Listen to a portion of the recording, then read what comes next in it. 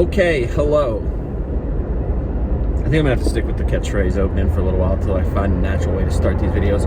What's up, cool cats and kittens? It is Uncle Mad here today. A new vlog coming your way. Today, we are doing something we have not done in a very long time. Hang tight, we're about to hit some railroad tracks. Not so bad. We are going down to the farm in Manchester, Tennessee, site of the Bonnaroo Music and Arts Festival each year, except 2020. Now, I went to the Bonnaroo Music and Arts Festival every year for about, I don't know, at least almost 10 straight years, probably. It was the regular summer thing. A lot of years it was pretty much the only vacation I took was going down to the farm for Bonnaroo. But the last time we went, I want to say it was around 15, 16, 17, 16, 14, I don't know. I can't remember the last time I went. And it just felt like it was changing. It felt like it was different. Live Nation purchased Bonnaroo. I can't exactly explain it. Just if you've been going as long as we've been going, you would kind of understand what I mean. It just felt like it was getting to be a more corporate, weird thing, not the kind of cool, hang out, do whatever you want all weekend type of festival it started as. Which I'm sure like the real like hardcore Bonnaroovians felt that way, like, you know, 10 years before that when Jay-Z and Eminem and all the more popular acts started coming to Bonnaroo, and it wasn't always just widespread panic every year. Widespread. Real ones know what that's about. But this week, Bonnaroo announced its 2021 lineup. Normally Bonnaroo is every June. This year, they have delayed it all the way back to September to hopefully let everything continue to clear up, things get back to a sense of normalcy, and they'll run Bonnaroo. I think it'll be interesting, fall weather as opposed to June blazing hot weather. They released the lineup this week, and it's the best lineup they've had in years, but the key thing on it, hey, actually, you know what? I'll put the lineup in right here.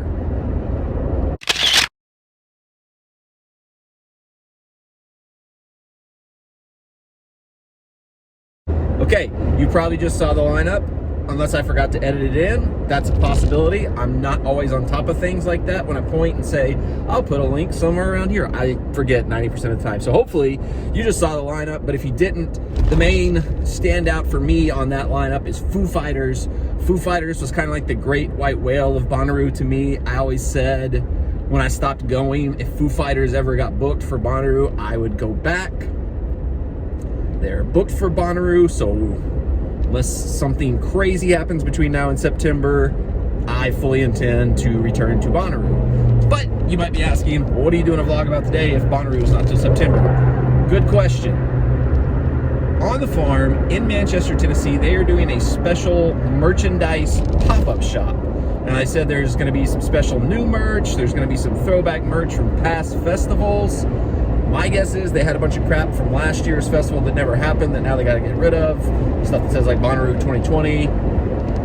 Start to shake a little bit.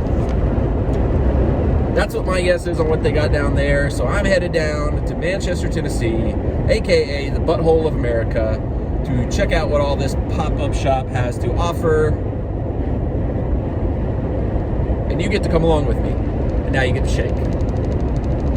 Shake, shake, shaking. Just shaking. That was terrible. I shouldn't sing. Never again. Here we are. It's the farm. You can see the clock tower over there in the distance. It's weird. This is the first time I've ever been here during the non-Bonnaroo times.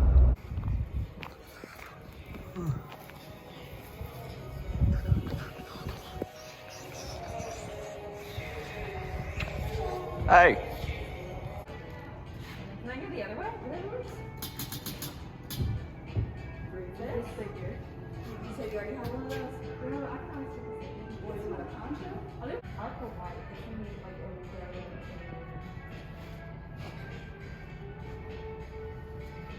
there. All right, so quick recap of what all we purchased They had a special table for selling items for the Bonnaroo Fund. I got this Dead and Company Bonnaroo shirt for $10.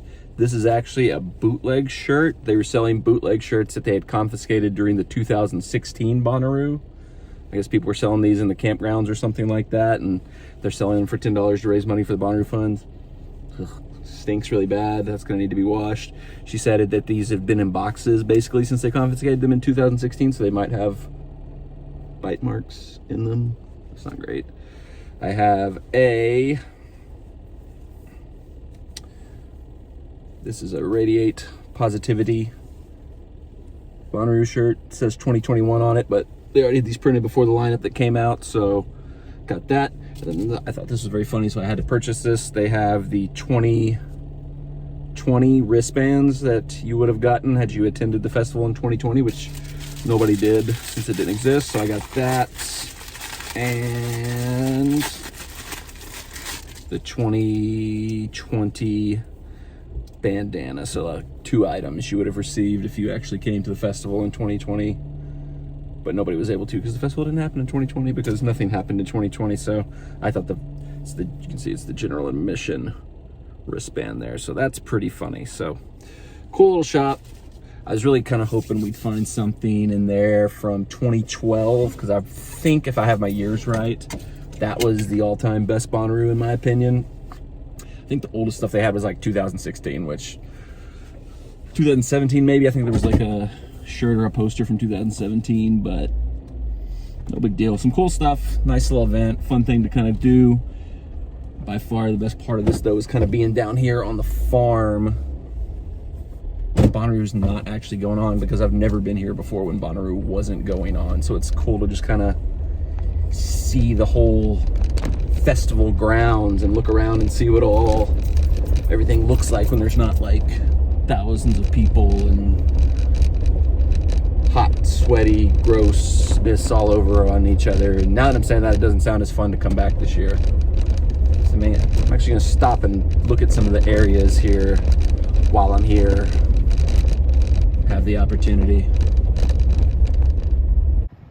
All right, so over there, that is, come on, focus, you jerk.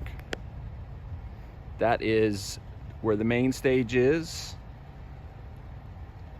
All the top acts perform there. It's a permanent structure now. They've also, you can see here and here, the last time we went, they had just installed these new permanent restroom structures. Usually it's used to be all porta-johns all the time here. There's the kind of clock tower over there. You can see over there, that's the barn where the merch pop-up sale was. See any other interesting points? You can kind of see these little things here. These are the little water refill stations. I guess they are now permanently lodged here. Back over this way, you can see one of the unique camping areas. This has a theme and a name. I don't remember what it is, so I'm not even gonna try to say it, but it's back there. Right in between everything here is the Christmas barn, which is one of the most fun locations in all of Bonnaroo. So quiet, so spaced out. So weird seeing this all empty with nobody here right now. I kind of thought that the arch was usually up year-round, but I don't know, maybe they take it down and change it. It did burn down at one point in time. Maybe when it burned down, they stopped putting it up permanently. I don't know. I'm out of the loop on Bonnaroo since I haven't been here in so many years. All right, so our trip to the farm is over. That was pretty cool. Getting to pick up some merch, you know. It was what it was. It was just a small little deal. They might have, this is the second weekend of it, so they might have had some more stuff last week. I might have missed the better stuff. Who knows? But it's fun to come out here and see the farm. Kind of, it's got me even more excited about potentially going back to Bonnaroo in September, getting that feeling back, that excitement back. There's always, every time I've ever gone to Bonnaroo, there's a lot of excitement for a while, and I get really nervous about going. I don't know why. Like, I feel like something's not going to be right. We're going to get lost, hurt, die of dysentery. Who knows? I don't know. But then, like, the minute we get into the campgrounds, I get excited again. So it's a weird feeling. I don't know if it'll still have that this year. It's a lot more regular. When we get closer to Bonnaroo, I might even share some past stories of some fun times where we had fake ones of these back in the day, and maybe got into Bonnaroo without I'm gonna cut that. I don't want to put that in there in case Bonnaroo sees this and arrests me. Or maybe I'll leave it in. I don't know. Like I said, sometimes I don't remember to edit things, so if you see this, I forgot to cut it out. But before we leave Manchester, Tennessee, since we drove all the way down here, there's one more place we have to go while we're down here. We're gonna go and we're gonna grab some lunch. And here we are. The one good thing about Manchester, Tennessee. Other than Bonnaroo, obviously, but that's only once a year. This is here all the time. I was actually a little worried that it might have gone out of business during the troubling year we've come through, but it's still here. And I'm very excited to partake in food. Absolutely love that place. The ambiance on the inside, the whole, I don't think they've updated the interior since they built it probably in the 70s, I would guess. Well, let's see if the food still holds up. Holy crap, that looks delicious. I went with the Philly and fries. That looks so good. Oh my word, let's knock out a fry real quick first. Good fry. See how this, oh my God. That is so sick looking. Look at that. It's like they just carved open a hole in the bread and just threw the Philly inside of it. Man. Wonderful food.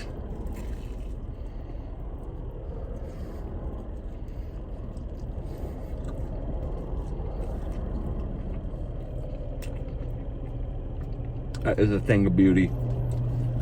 Absolutely incredible.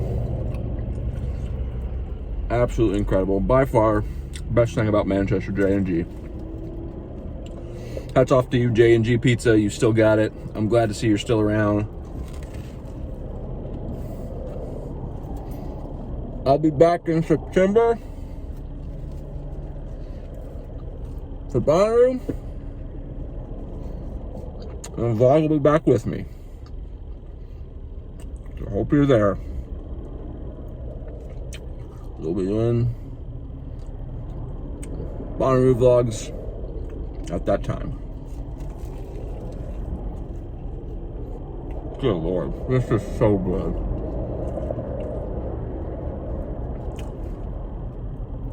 Oh, man. Not to throw anybody under the bus, I had Jonathan's last night. And I had their Philly. It was good. Nothing compared to J&G. Jonathan's okay though.